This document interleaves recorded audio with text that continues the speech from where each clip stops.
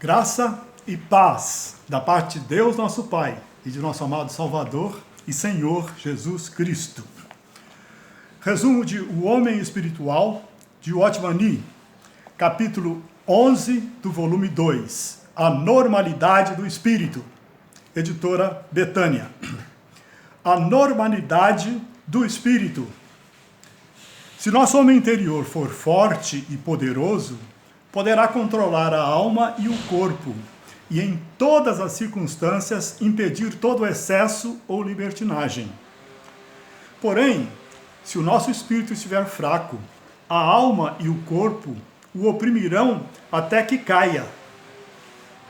É em nosso espírito que temos comunhão com Deus e conhecemos a sua vontade. Nele, em nosso espírito, recebemos autoridade para vencer o diabo e suas hostes, e é nele que conseguimos poder para o serviço. Nosso espírito precisa estar no estado de normalidade para que possa cooperar com Deus. Por isso, precisamos controlá-lo por meio da nossa vontade renovada. Um espírito contrito. Deus habita com o espírito contrito e humilde. Precisamos ser humildes constantemente, nos vigiando sempre. Só um espírito contrito pode perceber e lamentar imediatamente toda a falta de harmonia com o Espírito Santo presente na nossa conduta e em nossos atos. Conforme Isaías, capítulo 29, versículo 24, nosso espírito pode errar, e nossa mente pode estar tão confusa que não consiga realizar o pensamento do Espírito. Uma vida interior contrita nos ajuda a confessar instantaneamente e não a tentar esconder os defeitos pequenos que os outros notam em nós. Assim, necessitamos de um espírito suscetível à correção, tanto do Espírito Santo como do homem. Um espírito quebrantado é o espírito que treme diante de Deus, como Davi após ter pecado. Um espírito afligido. Deus se deleita com o espírito afligido que o reverencia e teme. Devemos manter-nos em contínuo temor reverencial para com o Senhor e nunca confiar em nós mesmos. Um espírito humilde. Uma pessoa humilde é uma pessoa que aceita ser ensinada, que gosta de ajudar e está aberta à crítica. Nosso espírito deve ser cheio de ternura, delicadeza e flexibilidade. Pobre em espírito. O pobre em espírito é aquele que se vê a si mesmo como não possuindo nada. Um espírito de mansidão é o oposto da aspereza. É um espírito que muda de direção facilmente para fazer a vontade de Deus. É o espírito de um cordeiro que entrega a sua causa a Deus. Um espírito fervoroso. Um espírito fervoroso serve ao Senhor sempre, independente de suas emoções. Um espírito prudente. É provável que toda ação tomada quando estamos entusiasmados seja contra a vontade de Deus. Antes que o crente experimente a divisão entre a alma e o espírito, ele se perturba por qualquer alteração que apareça. Mas uma pessoa com espírito imperturbável nunca perde a calma nem a paz interior.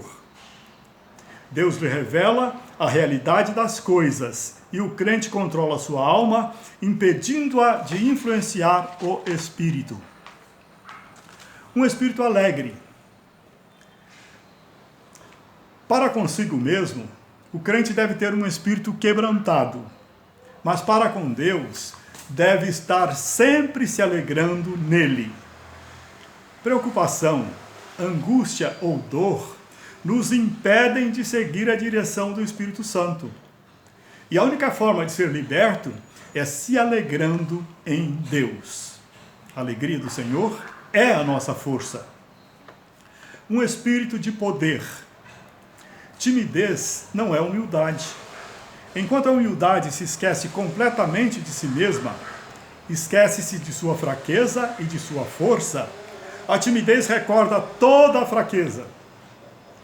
Deus quer que sejamos valorosos, que o testemunhemos ousadamente e que aceitemos a perda de todas as coisas sem desanimarmos, confiando em seu amor, sabedoria, poder e fidelidade.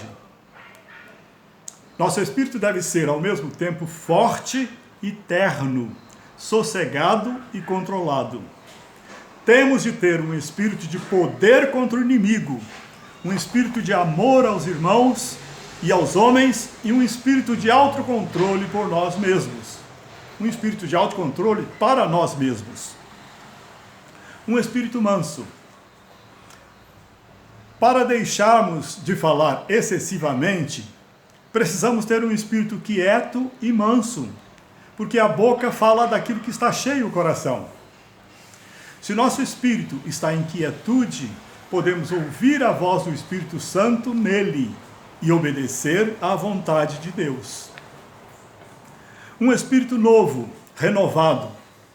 Quando ouvimos alguém com seu espírito renovado, sentimos que ele acabou de sair da presença do Senhor, nos levando também à presença de Deus. Um espírito santo. Precisamos conservar santo o nosso espírito a cada momento, sem permitirmos nenhum pecado. À medida que nosso espírito se fortalece, o poder da intuição e o discernimento aumentam, tornando-nos capazes de resistir a tudo o que é contrário ao espírito. Através do exercício, nosso espírito se tornará progressivamente mais forte, até que possa eliminar todos os obstáculos ao Espírito Santo, tais como uma vontade obstinada, uma mente confusa ou uma emoção indisciplinada. Se nosso espírito permanece vigoroso, podemos triunfar em Cristo, por mais que sofra nosso corpo ou nossa alma. Só o Espírito Santo pode conceder a força para o nosso espírito. Um mesmo espírito. Nosso espírito não deve guardar aspereza e ressentimento contra nossos irmãos, pois devemos ser um com eles. Devemos ser completamente abertos, francos e livres de egoísmo e orgulho. Um espírito cheio da graça de Deus. Esse nos ajuda nos momentos de necessidade. Um espírito de arrebatamento. Viva esperando a volta de Jesus, esperando ser arrebatado por Ele.